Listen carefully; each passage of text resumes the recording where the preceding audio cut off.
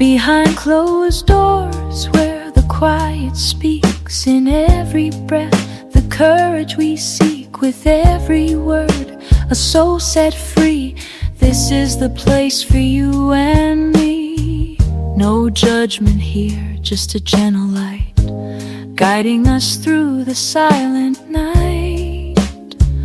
Together we face what's left unsaid, healing the wounds, mending the thread. So take a breath and come along. In this calm space we all belong. Behind closed doors the stories start. With Sascha Fierce we open hearts.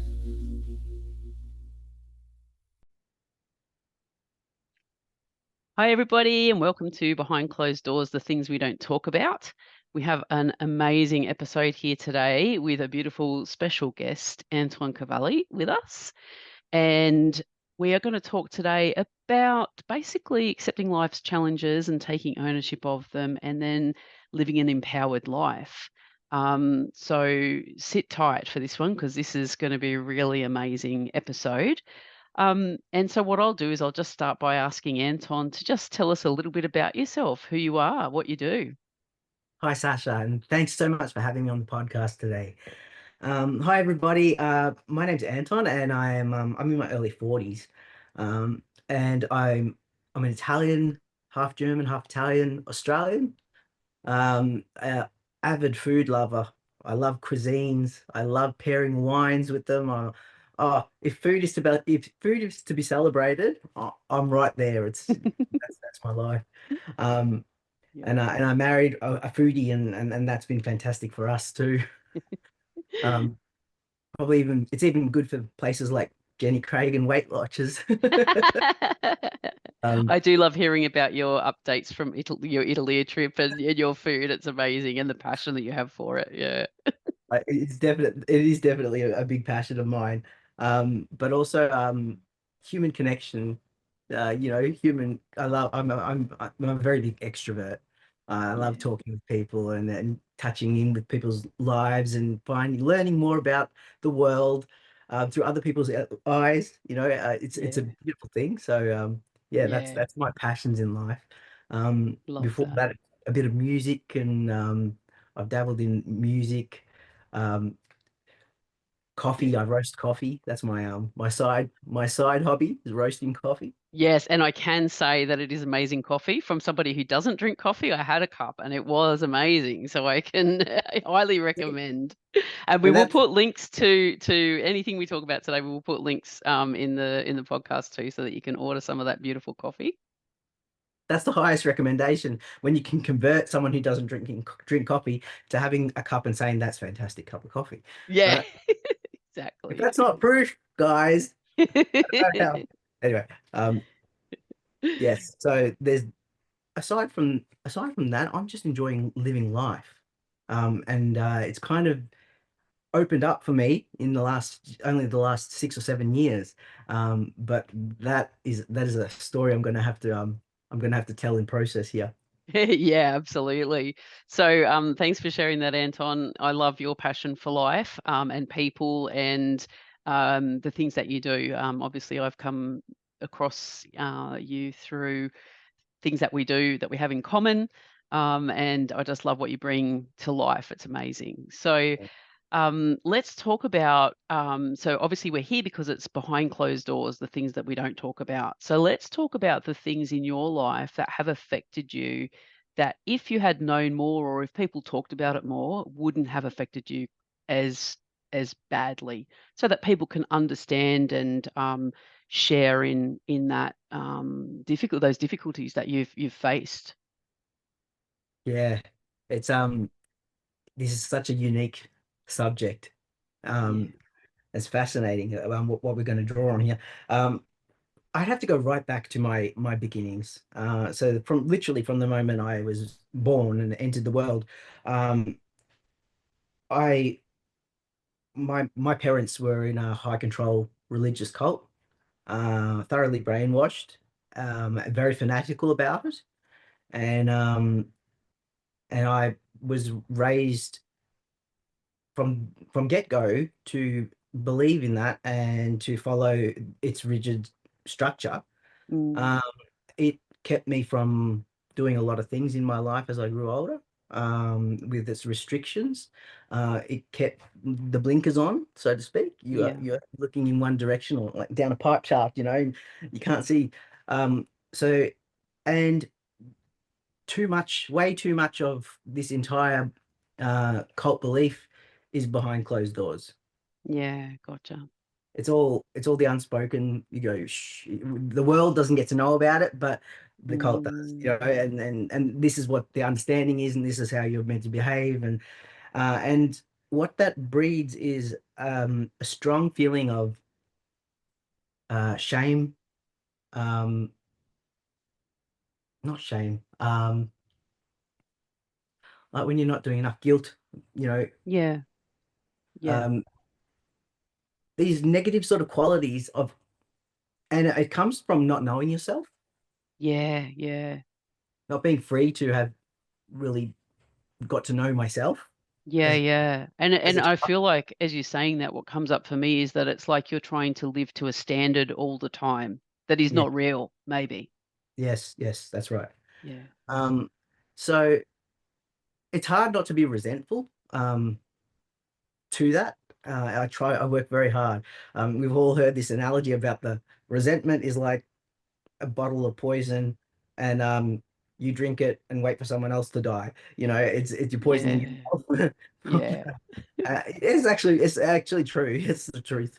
Um, but then too, I think that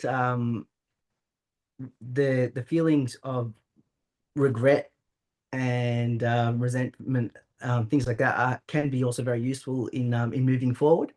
If you approach them in the right way, Yeah. as a lesson learned, but also how can I stop other people from falling into that trap? Yeah. Yeah. Motivation. Yeah. So yeah, there's that. Now, I had a little bit of a double whammy at the same time here. Um, Growing up as a very young child, I was born female. Um, Probably couldn't tell that straight away, but and and I had what was called gender identity disorder. Um, so I felt like I was a boy. I always thought I was going to develop more as a boy, and something was wrong with me, and that didn't occur, unfortunately. Um, it was also something I couldn't talk about with my parents.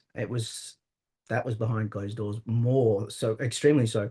Um, and when I got into my l- early teenage years, then I developed same-sex attractions, and that was a big no-no in the religion as well. So Mm. then I started feeling even more guilty and shameful. That's where the shame really comes into it, um, Mm. because I felt, wow, if God thinks that's disgusting, I'm disgusting, and what am I going to do, and how can I control this, and what's wrong with me, and why wasn't I made male? Um, Mm. so Yeah. Wow. That's a lot. That's a lot to be taking on. That's a lot to be feeling. Yeah. it really is. Um, huge for, I mean, huge for any child, let alone an adult. It's just Yeah. it's a big burden. I don't think burden actually even covers it. I don't know what word I could call it, but yeah, it was a horrible time to navigate. But um, but then I had the distraction of being diagnosed with a brain tumor at 14. Uh, Wow. and, Wow. that shocked the pants off me. That I was having seizures and things like that. We didn't know what it was. I had to get some tests done, and then they noticed that there was like massive amount of fluid on the brain, and they found a brainstem tumor. And oh look, I was 14 years old and I thought I was dying. So Wow. it was hard to face your demise at such a young age, and yet I didn't even know myself. As I said, like I was struggling with my own gender identity, and then struggling with wondering why I can't meet up to the standards and that I've been learning about, that I thought was what God encompassed. Yeah. Um, and so it was, yeah, it was a whole heap of confusion. That's so And yeah, much to be dealing with at that age. I don't think most people could relate to any near that amount to be grappling with. honestly, when I look back on it now, I don't know how I did it. I don't know how I coped. Yeah. Yeah. Uh, my mum, even though we were in this cult, my mum always taught me to look on the positive side of things. Yeah. Um, I have to attribute that to her. Um, she would look, she was the person that would come in a freezing cold winter's morning, and it's like -2, and she'd come in and she'd say, good morning, and open the curtains for me because I've got to get up for school. And she'd say, look, it's the winter solstice. So like, is it when the solstice turns, that's when the days now start to get Yeah. longer. Yeah. Yeah. It's only the middle of winter, but summer's on its way. Summer's nearly now. So, winter's finished. It's turned now. And I was like, I used to think that kind of optimism, that's that's a that's an extreme power, that one. It's a skill, isn't it? Yeah, yeah. Power. I love that. Yeah, it is a power. Yeah. Yeah. But no, I think that just having those sort of examples from mum, with looking forward, looking optimistically at things, and that really helped me. But I didn't do it. Wasn't a conscious decision Mm. as a child or a teenager to look up. It was just, that shows you the power of example, and Yeah. Yeah. it, Learning by role model. Yeah. yeah. Yeah. So that's a good thing. It's a plus, a positive, I think. Yeah. Um, You are a very positive person, and I do admire that because I know that it's not come from an easy life. It's come from just it's deciding to be positive.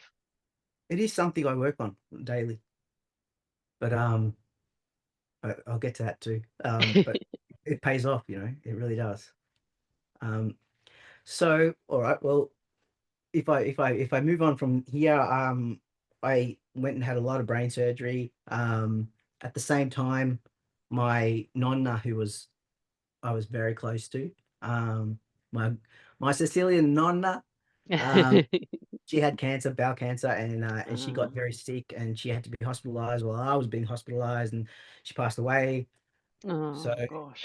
it was I had to come out of hospital, go down for the funeral, and then go back in the ambulance to prep for an operation the next day. The whole situation was nightmare. Yeah. Yeah, yeah. And well, because how old were you at that point? 14. Yeah, that's well beyond something not your average 14-year-old would be able to manage. So yeah, that was rough. Yeah. But look, I mean, it took 10 years for me to get on top of the situation with the brain tumor. Um, I have a couple of brain tumors. There's Bob, the original growth. We've got a family. I've got to share this. There's Bob, Yep. the original tumor. Then Bob grew a friend next to him. It's a bit smaller, and that's Bobette. Then these type of tumors tend to have a cystic component. So they each sprouted a couple of cysts. So Right. now I've got Bob, Bobette, and the sisters. and, um, It's a and family. and that's the family that live up there. But it took 10 years, and they finally stopped growing and building family structure. And They're quite it's happy all good. now. It's all good. Because the tumor itself was inoperable. So lucky for me, Right. though, it's benign. So Yeah. Wow. stays still. I'm good with that. But They're living in harmony now, so that's good. but it took 13 brain operations to get there. Um, Wow. and a lot of so I've got a lot of dents and scars and stuff. Here I But was thinking that was from your rugby union career. they told me that the chicks love scars, but I don't reckon it's true. Um, So I, sorry, I lost my frame of thought. That's all right. We're talking about the sister brain tumors. So going to your nana's or your Yeah, nonna's funeral. yeah, this is no, this is why I lost my train of thought. This is the next point actually. So I've got acquired brain injury, which makes me lose my train of thought. Gotcha. Yeah, a very difficult memory and not always easy to process things. It look dealing with acquired brain injury for me was a huge thing. It really hit when I was about 18. Um, because that's when I had my biggest of the operations. I had a biopsy where they went through the back of the brain. They parted the two hemispheres to get a small sample, and in doing so, they damaged my optic nerve and my memory. And Mm. the parting of the hemispheres caused coordination. Um, yeah, disjointed. Miscommunication with the Yeah. coordination. Yeah, gotcha. So I Wow. started doing like little tricks, crossover tricks where I'd slap my legs and then grab my ear and then go the other way. 'Cause it trains your mind. Um, Right. Yep.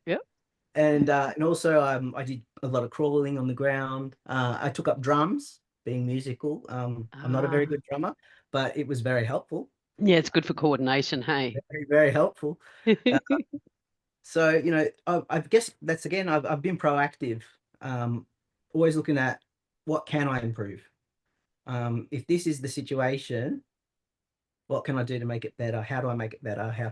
What can I work with? Rather Yeah. than focusing on, oh, what the doctor said, you'll never be independent. Um, you know, Yeah. And look not at you gonna, now. not gonna live an independent life.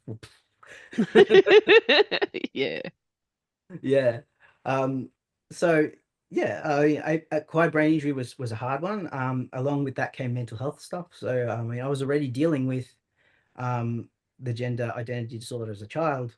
When I got into my teenagers, late teens, that's when you can really call it transgender, because gender identity disorder can resolve itself and move on and disappear as a child. It's something that lots of children have and grow out of.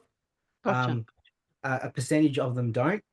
That's a small percentage, and that's the ones you would call transgender people later on when they can't move past it. They definitely feel like they are the opposite sex. Yeah.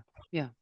Um, this is my I should have footnoted it for the video. This is my opinions and understandings. So I'm giving my story. Yeah. And so with behind closed doors, it's always what has happened to you, your experience of life. So there is no wrong thing to say because this is your platform to let other people know this is my experience of it. Might not be the same as anybody else's, but it also might help other people who have gone through something similar and they may relate to that and find that connection, as we talked about connection, so important. So Thank you. yeah, anything that Anton says is your experience, is his experience. That's Yep. it. Thank you. So with along with that came depression. Yeah. I guess realizing how different my life was now, Yeah. having double vision. I woke up with severe double vision first from the operation. My pixelated, vision was pixelated. Gotcha. I had to be blindfolded until my brain could reduce swelling, and then I get used. Readjust. Yeah. And then that's a very loud tracker. Sorry. So Um, I couldn't hear it. um, yeah. So it was difficult to adjust to all those things, not being able to walk and everything else, and just the memory, and then the depression set in, and that was really difficult. Um, and then there was always this underlying feeling of, well, I'm not me. I'm not who I'm meant to be. I've got all these feelings I have to keep repressed. Mm. I'll never have a relationship with someone now either, um, because I can't. I'm attracted to females, and I'm currently female, and I can't be with a female, and so life was feeling like every which way I went, like every turn, it was a dead end. Mm. There was no Mm. doors in my paths. There was just which Yeah. Just locked doors. Like, no, wrong, wrong, wrong. so I don't know. It got really difficult. things weren't going so great at home either, in the home environment. And so my dad had left the cult at later stages, and there was a lot of disruption in the family, disconnection due to it. Yeah, I can Um, imagine. Yeah. it was hard. And then I got this opportunity to fly from Victoria to Queensland and do some songwriting with a singer, and I took it, and I was scared, I was petrified, but I had I had a friend that he was actually a movie producer, one of the movie producers of Mad Max, who I Oh, wow. purchased my first car from. It's a story in itself. Wow, So that's a whole podcast in itself. this is nuts. But so we ended up becoming good friends, and we stayed friends for years. He followed me through a lot of my operations, and then when he found out about this opportunity, he said to me, "You've got to stop living in fear. You can do this. I'll fly you up there, and I'll get you a ticket and everything." And he said, "I'll arrange everything for you, and then if there's any problems, I'll fly up and bring you down back home." Wow, I Now, love that. or I couldn't say no to that, so I I did it, and honestly, that's the best thing I could have done. Um, Wow. my first taste of reality, being on my own in another state. I'd taken public transport, a plane at that, when I couldn't even catch a train on my own. So, it was, yeah, it was amazing. Wow. Um, and I stayed in Chevron Island Yep, yep. in a On the very Gold swanky place. Coast. Yeah. And I thought, well, this is just the bee's knees. Like, well, how does this happen to me? Um, when I got a good taste for being there a couple of weeks, then I went home, and the singer invited me to come back again a couple of months later for a month. But I'd already determined that if I was going back for a month, I was going back for good. Um, Wow. Yep, yep. so I contacted some cousins that I had, that had moved up from Victoria, and I said, I want to come up. I need to do this for me. Can I come stay with you for a while until I? And they said, my cousin said, absolutely, and he drove me up. He drove me up from Victoria the second time with a couple of suitcases of things, and that was it. Never looked back. I've been here for like 15 years now, so Yeah. I it can was, see in your face, like everything shifts. You just have gone from like telling, those very serious, deep things that you've been going through, and then just talking about that, your whole face just lights up. Like, it is such a great thing to think about when I do think about. I It makes me laugh and smile because I've come from that life of every door was shut, basically. yeah, yeah. Like I said, and now all of a sudden, every door was opening, every door, like pathway. All at once. Okay, which one do I help? Which one do I go? You'll go that one, and I'll go that one. And then, okay, I'll go that one. Learn to say yes instead of no. Yeah. Yes, it worked. It was really great. I started a little music business up here called Power Mouth Entertainment, and I Yep. started booking and promoting bands and musicians and that into venues. Wow. Then I launched a magazine called Mouths Off Magazine, which was a digital music magazine, Yep. and I started interviewing and attending concerts. I got all these free tickets, and I was doing concerts and interviews and with stars. And I'm living the dream, man. For someone who had no experience in the world whatsoever. It's Yeah. Yeah. such an Just the right extreme, connections and the right attitude by the sounds and of I, it. I just took it. Having said that, I was still heavily brainwashed and involved with the cult. I found it when I came up here. I didn't escape it. I actively sought it out and moved straight into another church, into congregation of it. Um, and that was difficult. To I kept my little career on the side quite private. Yeah. A couple of friends that knew about it, and that was it. It was kind of like double life, but it was my relief, because I was androgynous. I called myself Randy G, and I was androgynous, and I was respected in the industry at the time, and it was great. Gave me a lot of relief. Um, but then other times I'm dressing for the meetings, going to church, wearing a skirt. and a shirt or blouse, and Mm. I felt disgusting. It was really Yeah. hard. It only got harder. Um, Yeah, because it sounds a lot like what you're saying there is that like everything, it's almost like they collided. The two worlds collided. You know, yes, you were used to this, you know, religious upbringing where there was this, constantly trying to be more, always do the right thing, da, da, da, da, da. Then you've got all these other things that you've had to deal with. And then you get this taste of this amazing life. And then when you move and you get the freedom, you still, because of the way that you've been brought up, you're still seeking out that connection to the religious side. And it sounds like that's like a big clash, like, music industry and religion don't really connect, do they, well or easily? So that must have been really challenging. well, I mean, the standards, I kept my standards. That's one thing I'm proud of. Mm. I was in the music industry, but I wasn't out there smoking weed or anything else. I wasn't popping any kind of drugs except for Panadol. Um, I was, and my antidepressants. Yeah. I wasn't living a sexual life at all, because I didn't feel like I could in any way, shape, or form. Yeah. Yeah. I guess what I haven't touched on is the fact that in my teens, mid-teens to late teens, I developed the gender dysphoria, Yeah. the mental component of transgender as a whole. Yeah. The dysphoria is an awful. I guess that's a disorder. It's is my understanding anyway, because it was such a loathing of my privates, Yeah. Yeah. of my body growth as a female, because it was going contrary to who I was and what I felt like, and it was going to isolate me and divide me more, remove me more from the group I identified with, the boys. Yeah. Uh, Yeah. and I didn't want to be pretty and Yeah. Yeah. proper and with the girls. That wasn't who I was.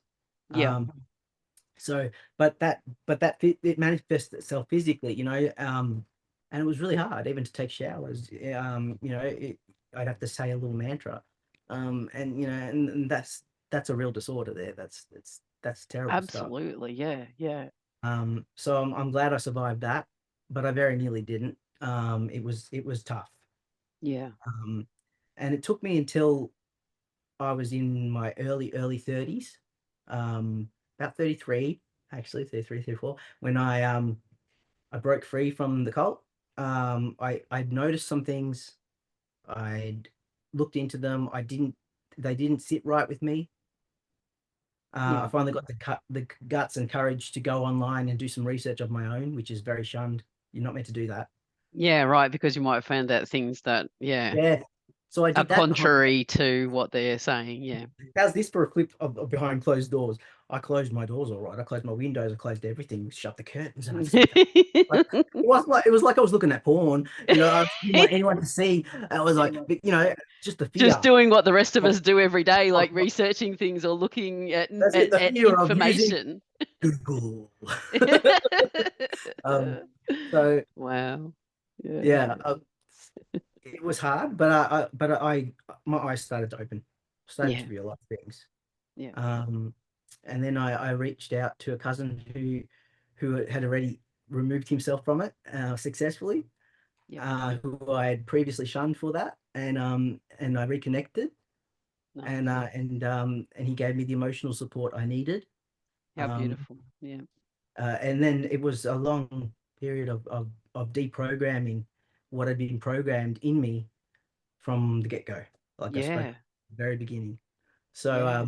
that was huge. A lot of psychological lessons, a lot therapy sessions, and um, you know, because along with that came a lot of PTSD. Yeah.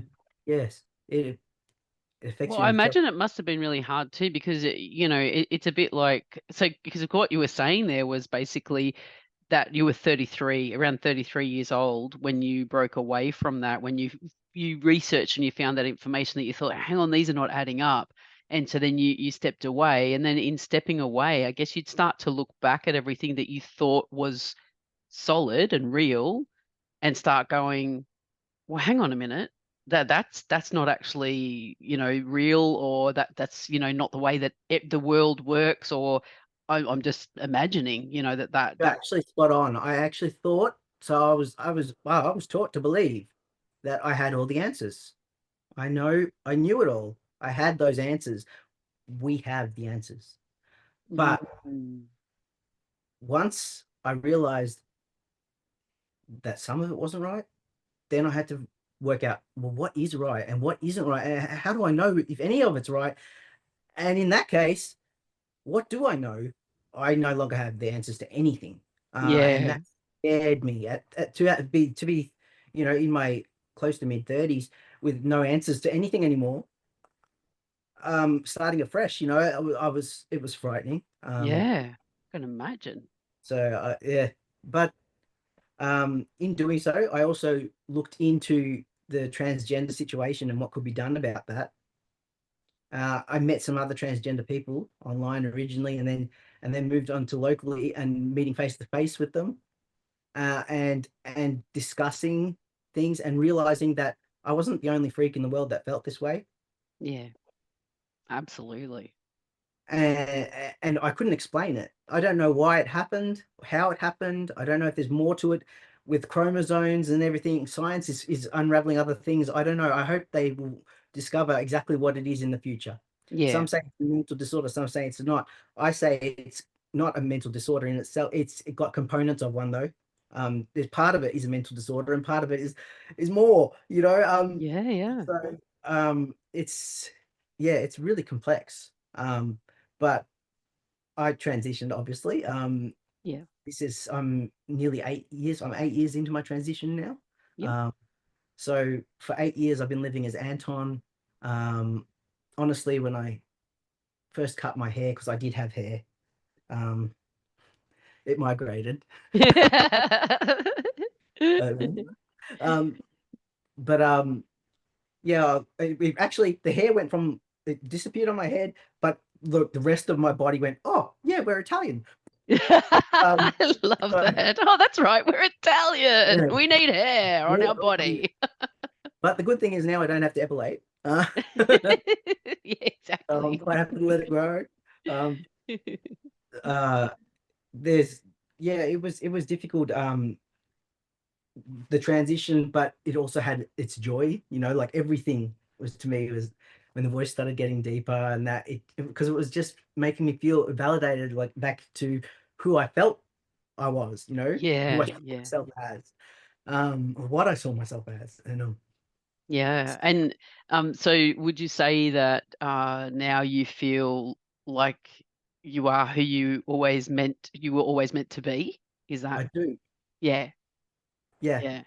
I I do. definitely see that in you, and I think, like, when I met you, I just, obviously I had no background, no understanding, but I just thought, here's someone who is, a really positive, upbeat person who cares a lot for other people, cares about your community, and is just comfortable in their own skin. Yep. Yeah, Yep. um Honestly, I never thought I'd get to a point where I would live my life as a male. yeah, And it's wonderful to be accepted as a male. I take the privilege that I have very seriously, and I respect it a lot. I respect the space I'm in, yeah, and I respect the other men in my life that accept me as one of them too.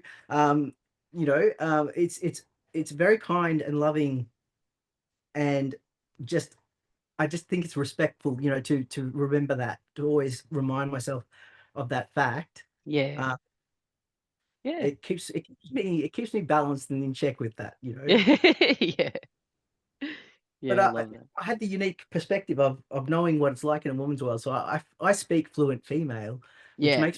makes me dangerous, really. It is like that movie where the guy can hear what women are thinking. And I also know certain questions that or things that women will ask you, and it's like, yes, you should not answer that. Yeah, it's a setup. I'm not answering that. Or if we say, if you say, is there anything wrong? And we say no. Yeah. You know there is.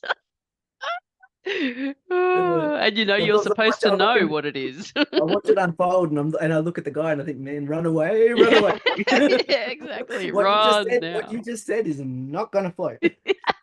Yeah, I Um, love. but no, it's a bit of fun. Um, it's funny. It's actually it's really good knowing getting to see learn both sides and just how different the two genders are. Yes, yeah, we definitely think very differently. Hey, Yeah. yeah. Yeah, and it is a real thing. Like I think that's the hard thing on digressing a little bit, but as women, we do often expect men to know what we're saying and what we're communicating without telling them. And men are often at an absolute loss, and it's not because they don't want to understand necessarily. I mean, there's that as well sometimes, but in a lot of instances, it's just that we think so differently that the connection doesn't get made, and unfortunately yeah, it just causes friction, doesn't it, Yep. Yep. Well, testosterone as a hormone is so much stronger than estrogen, and Mm, yet the funny thing is, it's like it's like a contradiction because estrogen is not as strong as testosterone, but yet it makes you go like this with your emotions. Uh, Estrogen can send you loopy. It's really hard, yeah, and also, of course, with uh, menstrual cycles and things like that, that women have to go through. Men don't understand yeah. at all what I mean, she's like what she's batshit crazy, Yes, she is. Just test her today. and, Just bring it on. but it's that's estrogen, and then you've got testosterone, which when I first started taking it, I noticed just the whole. It felt like a real leveling plane. Wow. Not calm and serene, but like it was strong, it was confident, it was powerful, but it was just level. There wasn't none of this fluctuation, and it Gotcha. suited me much better. Oh, Yeah. yes, yes. Um, but Yeah. women should not be underestimated. They deal with a lot, and they're so smart to deal with that. Men don't have the same compositions with they're Yeah. not used to having hormones that are doing this every single day of their life. Yeah. Yeah. They've got a pretty um but then too they've got testosterone, which is so much more powerful, um and causes all sorts of other drives and high peaks, Yes. and And and the confusion of having to deal with women. and that's correct, and then I think they have to use maybe 80 to 90% of their brain cells to control their testosterone urges because it's and so Wow. that only leaves no, I'm just joking. I'm pulling things up. That leaves them 10% capacity. I'm going to be kicked out of the men's world very fast if I keep going. Yes. I'll shut up now. These facts are not accurate, just saying. No, it's just a bit of fun. It is just so different. Yeah, yeah, yeah.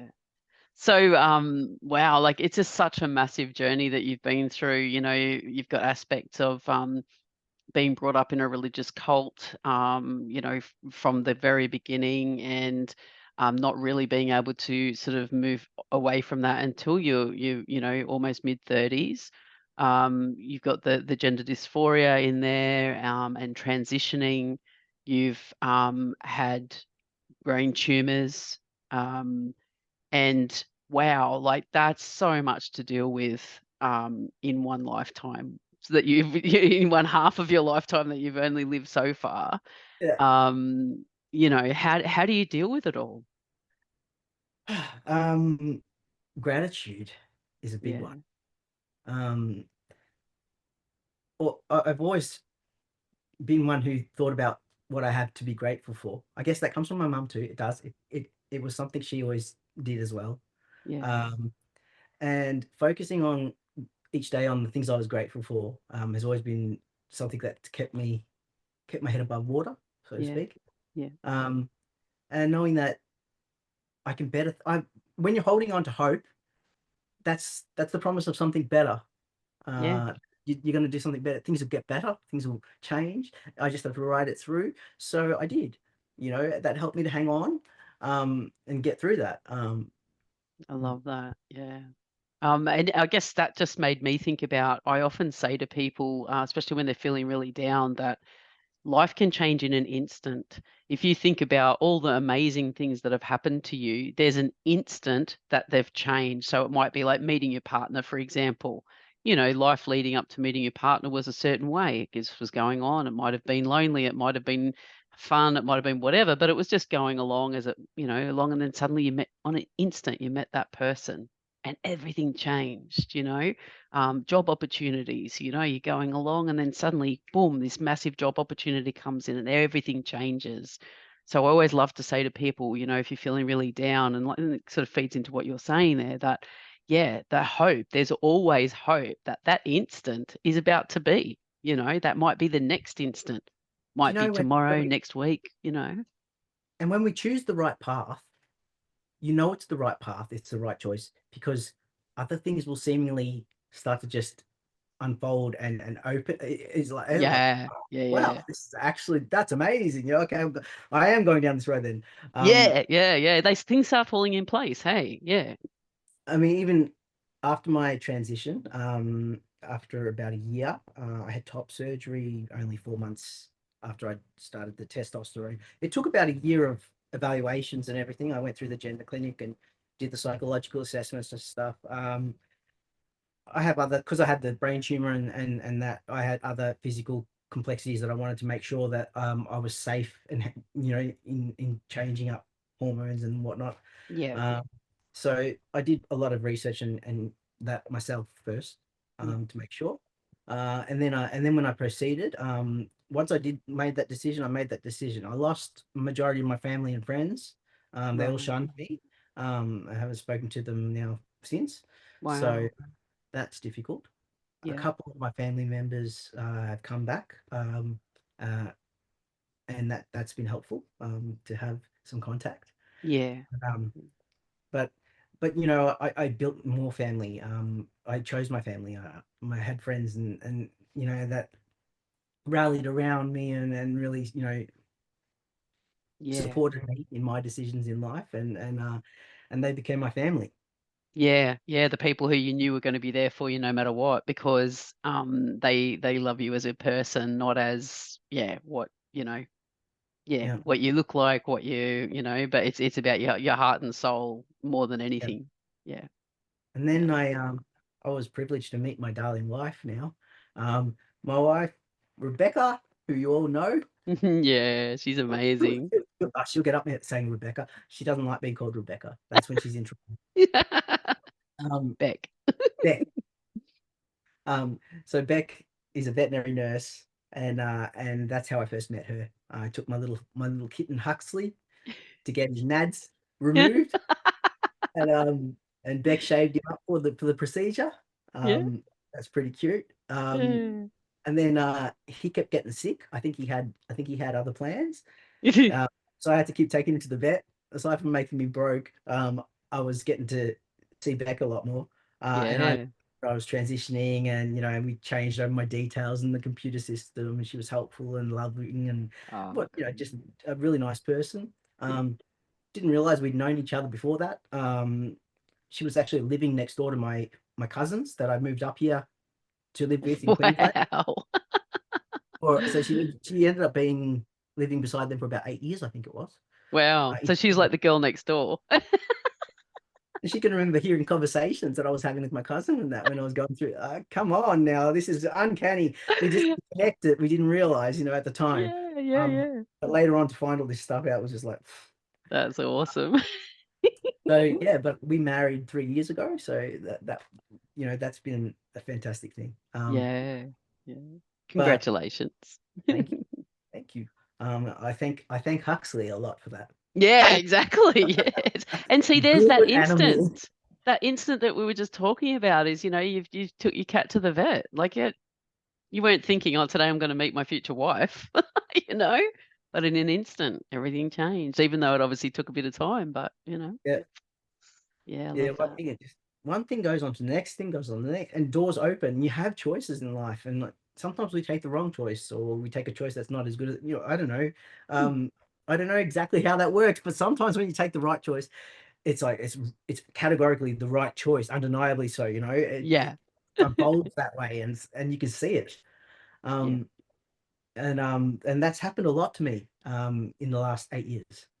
I love that. It sounds like living in your truth, living authentically you has allowed you to, yeah, just be yourself. And then that's when the doors open. I always think that, when you're living in alignment with who you are, that those doors open and life becomes, there's always challenges, clearly, but it just becomes more manageable because you're very clear about, yep, that is the right path for me. Yes, that's the right decision, etc.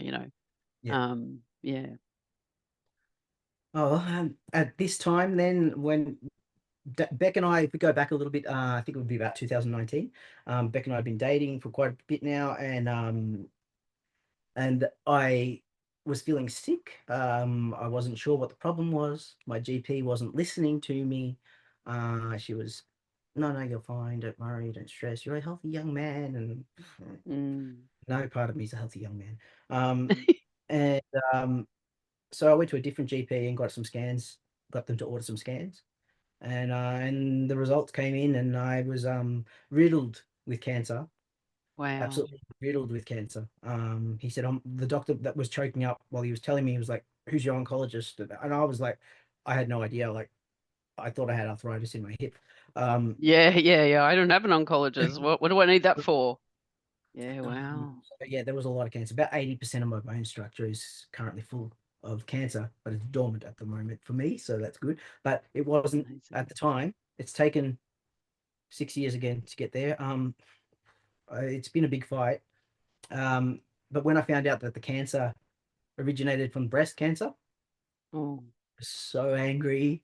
I was so angry. It was yeah. like the biggest slap in the face, and it gave me like a fire of determination. And no, I said to Beck, I refuse to go down to breast cancer at this point in my life. I only just started living as my true self, and they're still trying to get the last say. Those Yeah, yeah.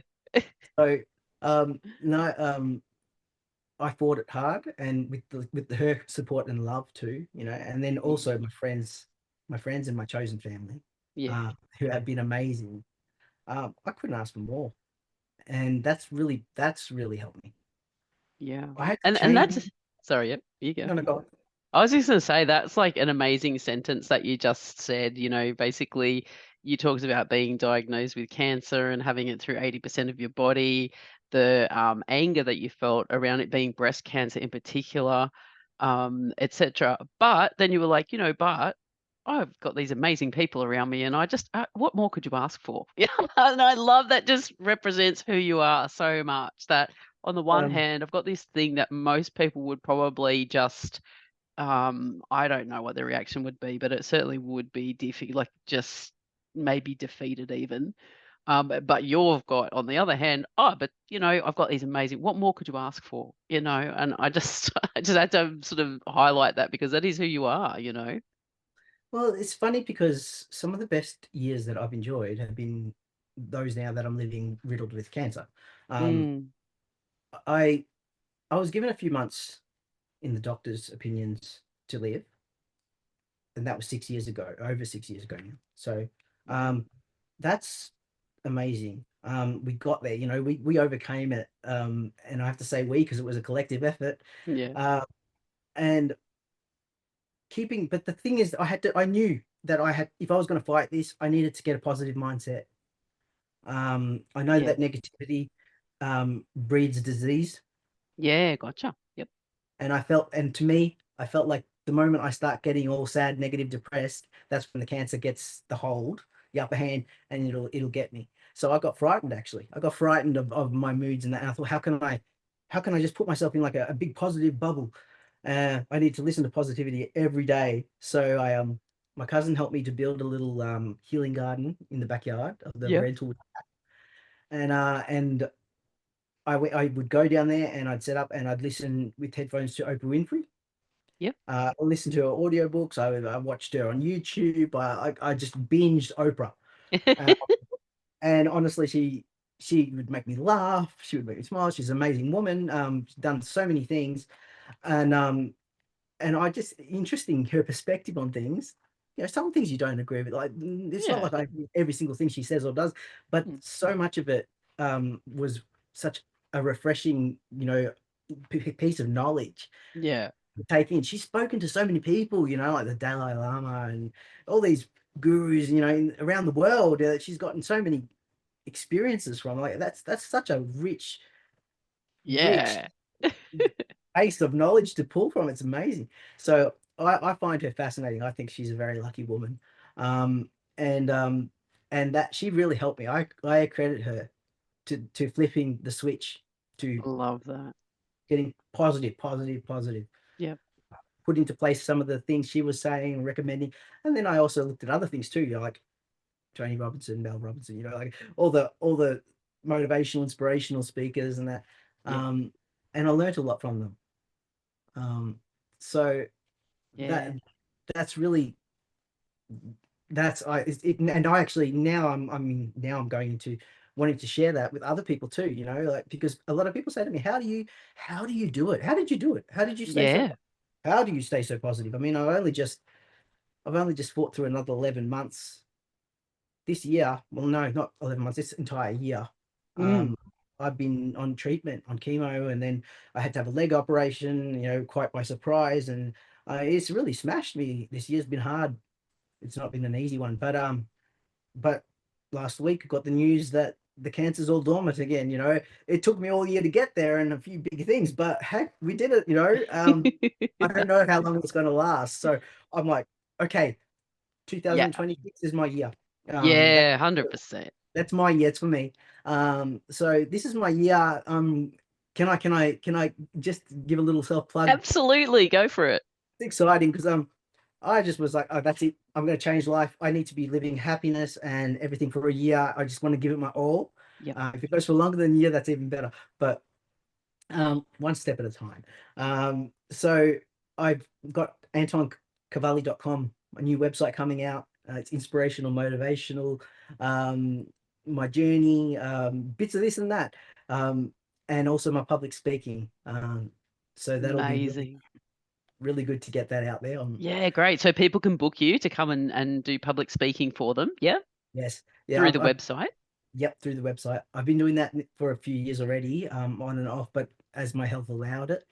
Whereas next year, I've actually quit. I resigned from, I shouldn't say quit. I resigned from my roles in Queensland Health as Yep. a consumer representative. I've been co-chairs and a few other um, things within Metro North, and it's been Amazing. a really great privilege influencing the health system through a consumer's lens.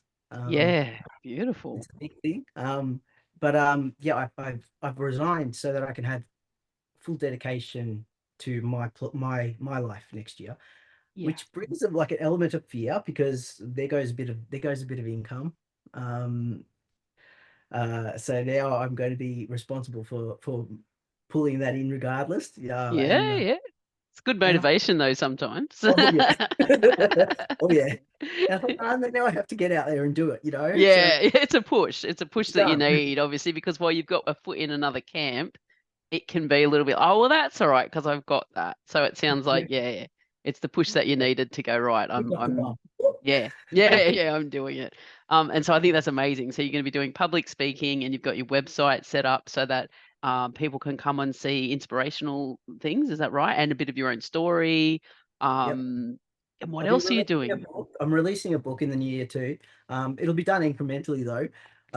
It's titled "Coming Home to Me," Oh, I love that. and that'll be released on my website primarily. Yep. But snippets will be shared on my social media pages as well. So just getting it out there, letting my story be told.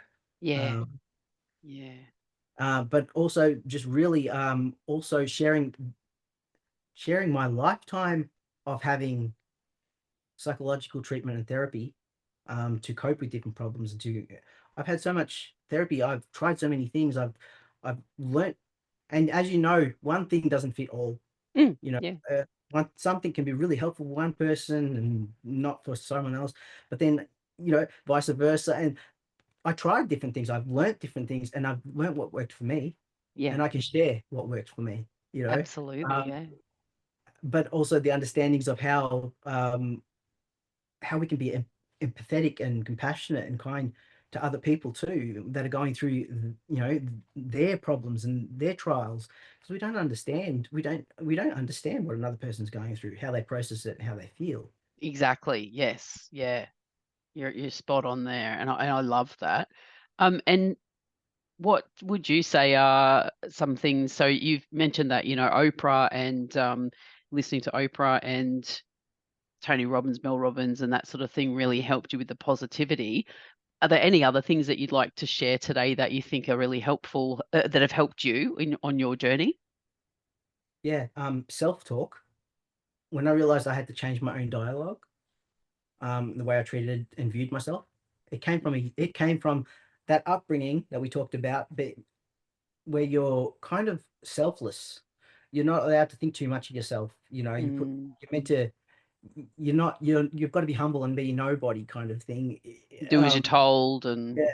yeah, Uh, and that doesn't actually, it, that's not, I think it's actually contrary. I'm going to say personally from my beliefs, my personal beliefs now, I think it's contrary to what the Bible's message is, that if you believe in the Bible or any holy books and that, but the thing is that the concept of God being love and wanting you to love yourself, how does that fit into being selfless in the way of being so lowly and humble, and that you think nothing of yourself and you put everyone else first and you have nothing for yourself and you don't, yeah, it doesn't breed a positive mindset at all. yeah. I Um, agree entirely. And I always say to people that I think we have one job in life, and that is to be our authentic selves. There'll be mother, brother, dad, there'll be other roles in life, but the one job that you have in life is to be as authentically yourself as you can, because otherwise, what's the point? That's what yes. we're here for. We're not here to conform and fit into a little box and be little worker bees all doing the same thing. We're here with the reason we are different is because we're here to give that to the world. And I think if everyone stood into that, wow, what an amazing world we would live in. Absolutely. Well, so back to self-talk. I Mm. mean, I drop things, I'd get anxious, frustrated, whatever, and go, "Oh, you idiot!" Like, oh, I don't do that anymore. Good. Um, and it may seem like a little thing, but when you realize how much you'd be talking to yourself like that through the day, um, and you pull yourself up on it and stop it, start to treat yourself a little bit kinder and think, why did I just do that? I must be a bit tired. Yeah. I'll just take things a bit slower. Yeah. I'll be all right. I've got Yeah. this. I've got, and that's the other thing is I've had to with the brain tumor, with the breast cancer now. I to be positive, yeah, and to get through it, you have to go. I've got this. I've got this. I can do it. Self talk. I'm Yeah. my own best friend. I've got you. And Yeah. Yeah. well, I've showed up for myself every single time. I'm the one person that's never let me down.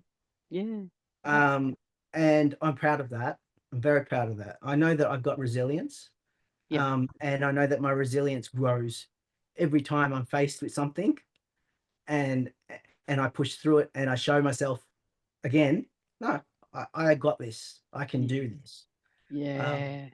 and I think I don't know. I'd like to think that I'm kind of getting to my peak of resilience at the moment. I'm feeling really there in the zone now after so much.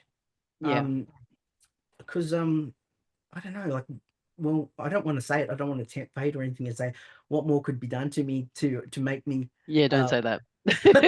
No, no, no, no, no. We don't do that in this lifetime. no, We don't lay down challenges that we don't want. no, But I know what you mean. Like you are super resilient because you through constant challenges and constant having to be resilient, you have instead of feeling defeated, you've actually just it's like you've increased this muscle almost to amazing resilience. yeah, well, actually, that's a good analogy. The muscle, with use and that just gets stronger and stronger and stronger. And Mm. I think it's really tightened on me. I'm like, okay, I got this, perfect. And I still have my down times a lot. Mm. And also, I mean, people say to me too, you're always so positive, and and I think, come and talk to me on like the day after my treatment. Yeah. Uh, it's not it's not all positive. Yeah. And I love that sort of reality check, because I know there is a big thing out there. There's quite a little bit of like toxic positivity, where it's like it just seems like, oh, you always have to be positive, or just be positive and everything will be fine. And I completely understand that's not what you're saying. You're acknowledging the things that are happening in your life and in your world, and you're processing them, but you're also acknowledging that to keep moving forward and to keep going, that you need to have a strong positive, strong mindset that includes those positive things, which are gratitudes, which that's just facts. Like that's not, there's nothing unrealistic about that. It's just, I love that gratitude is just saying, I don't know, 3 things that I'm grateful for right now. And sometimes just being able to get out of bed is one of those things. And that's okay. Like not everybody can get out of bed today. So if True. I'm grateful for that, that's number one. So yeah, I True. think I love what you're saying about that positive. It's positive, but it's not what's the word I'm looking for?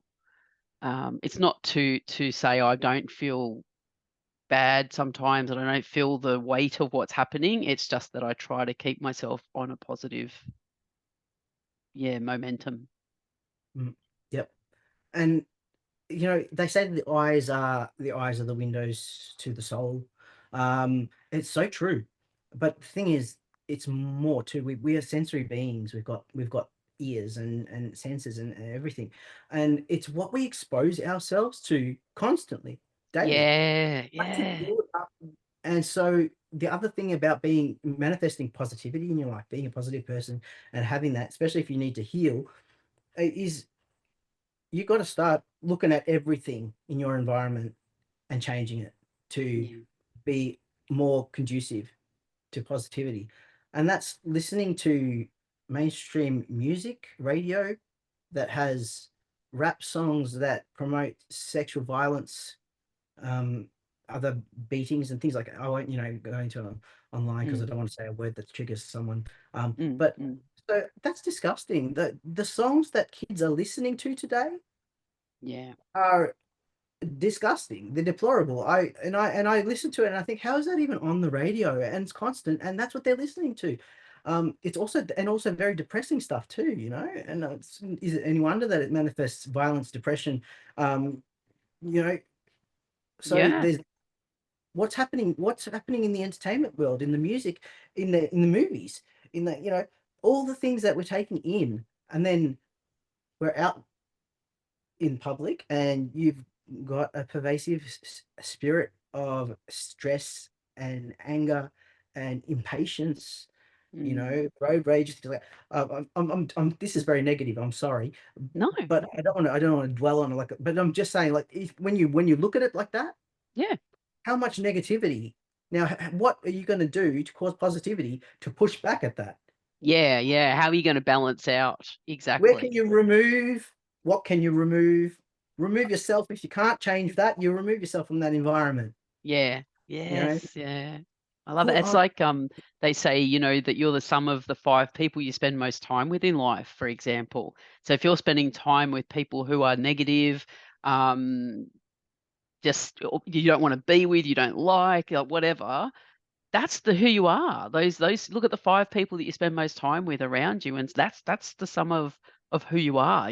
So you want to make sure you know, it's Yeah, good, they're good people that you admire, that you wanna be like, that you love, that you know, uh, admire for who rubs they off. are. The good energy rubs off. Yeah, yeah, Manifest it it does. together. You treat each other with positivity then. Yep, exactly. Exactly, yeah. Yeah, I love it. So as we wrap up then, is there anything that you'd like to, pass on before we say goodbye? Pass on and say goodbye. That sounds deep. Um, I mean from the episode, not the all right, world. all right, fine. No, that's okay. Yes, I'm in about a week's time. I'll be meeting Oprah Winfrey. So that's Is fantastic. this Well, hopefully, breaking news? I haven't heard this. breaking news. Beck bought tickets to take me for my birthday to Oprah Winfrey. Yeah, So yes, in a that's week's time, amazing. it's going Oh, to I'm be. so excited. I'm very excited. I've been contacting her. I've written her a letter. I've put it out there in the universe, and I'm trying to manifest it because I'm Love it. intending to meet her, or at least to be able to thank her in person. And if I have to stand up at my seat and And say, yell it. excuse me, give the man a moment to speak, please. Uh, um, If I will anyone take can it. do it, you can. I'll take it. So that's my excitement at the moment, but also obviously looking forward to starting a year on a good foot for once. Yeah. And really, really like smashing this year. I'm going to own it. This is mine. Whatever comes in my way, I'm just going to have to deal with it like I do, Yep. and keep reinventing what I'm doing and going for gold. So Yeah, I love that. I love that.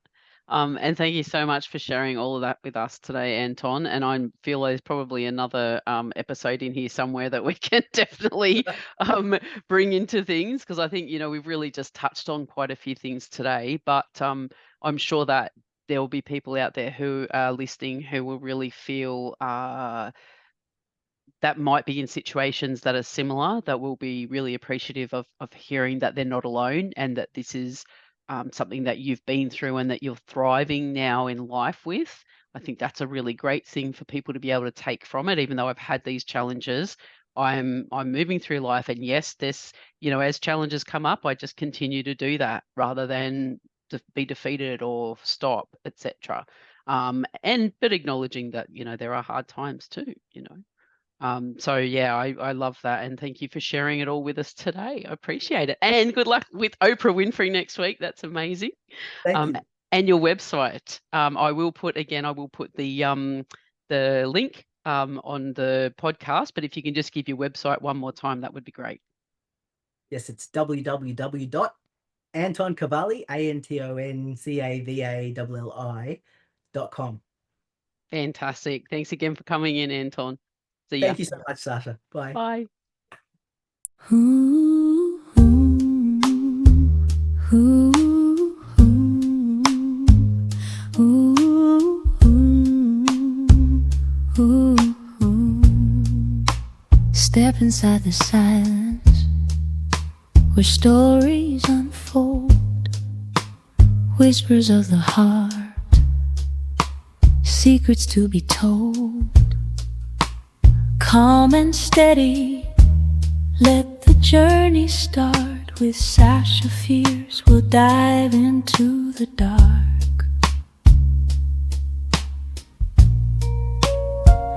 Behind closed doors, the truth hides away. The things we don't talk about, shadows in the day. Softly now we listen, hearts open wide, unveiling the moments we often hide.